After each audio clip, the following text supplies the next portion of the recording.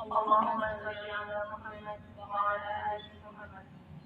Yang terhormat Ibu Kepala SMP Negeri 1 Talaga, yang terhormat Bapak Ibu Guru beserta staf SMP Negeri 1 Talaga, dan anak-anak yang soleh dan solehah siswa-siswi SMP Negeri 1 Talaga yang Ibu banggakan.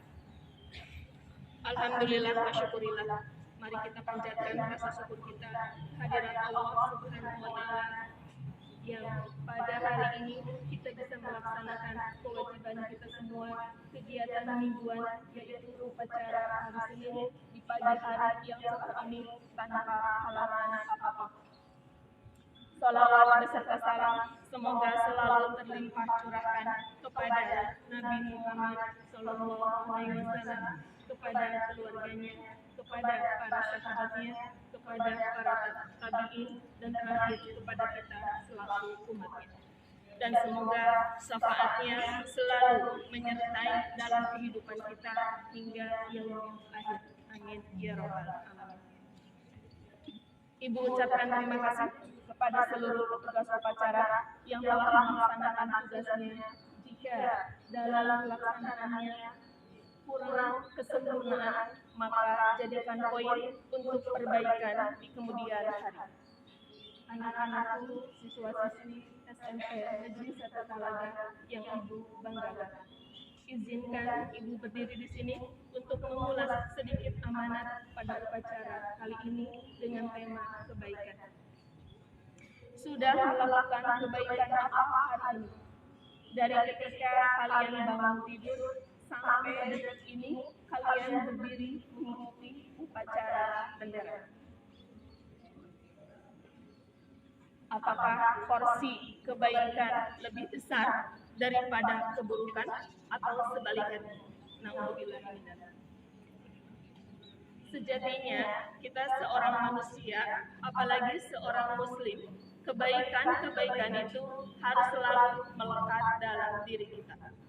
Rasulullah Shallallahu Alaihi Wasallam bersabda bahwa setiap manusia yang dilahirkan itu seperti dalam keadaan suci atau fitrah. Orang tuanya lah yang menyebabkan anak tersebut menjadi orang Yahudi, Nasrani, Majusi, sebagaimana ia tumbuh dan berkembang sampai kakek nenek. Hadis riwayat Bukhari. Diibaratkan seorang manusia lahir itu ibarat kertas kosong. Maka yang memberi warna dalam kertas kosong itu adalah orang tuanya. Apakah porsi menunjukkan lebih besar pada kebaikan atau keburukan? Seperti apakah kebaikan-kebaikan dari mulai ketika bangun tidur sampai tidur kembali? Ibu paparkan dimulai dari kebaikan pikiran kita. Jangan sampai terbersit dalam pikiran kita negative thinking, suudzon terhadap orang lain, berprasangka buruk terhadap orang lain. Berikan lebih seluas-luasnya pikiran kita untuk selalu berpositif thinking terhadap orang lain, berhusnudzon terhadap orang lain. Kebaikan berikutnya adalah kebaikan dari lisan kita. Kata-kata yang keluar dari lisan kita haruslah kata-kata yang baik.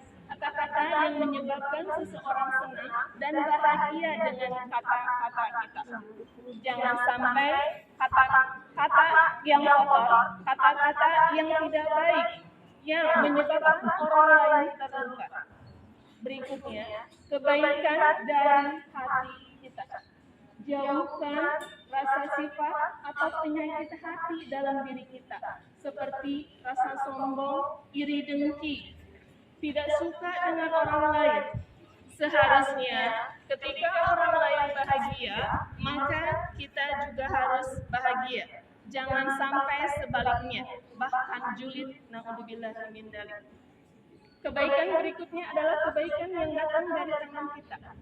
Ulurkan tangan kita untuk membantu, menolong orang lain dengan cara berbagi, bersedekah, sehingga orang lain senang dengan adanya kita. Yang terakhir adalah kebaikan dari kaki kita. Langkahkan kaki kita pada hal-hal yang baik. Seperti apa? Menuntut ilmu, ke sekolah, ke masjid, ke mushola untuk melaksanakan kewajiban kita kepada Allah. Jangan sampai langkahkan kita kepada hal-hal yang tidak baik. Kenapa? Karena seluruh fungsi organ tubuh kita, anggota tubuh kita, suatu saat akan dipertanggungjawabkan.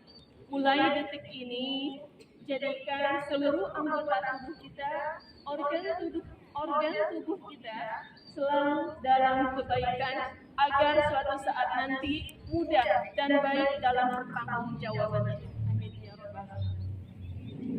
Anak-anak sekalian yang dibanggakan. Apa balasan dari kebaikan? Balasan dari kebaikan adalah kebaikan pula. Tidak ada kebaikan yang sia-sia. Allah Subhanahu wa taala berfirman dalam surat At-Taubah ayat 120. Sesungguhnya Allah tidak menyia-nyiakan pahala yang berbuat kebaikan.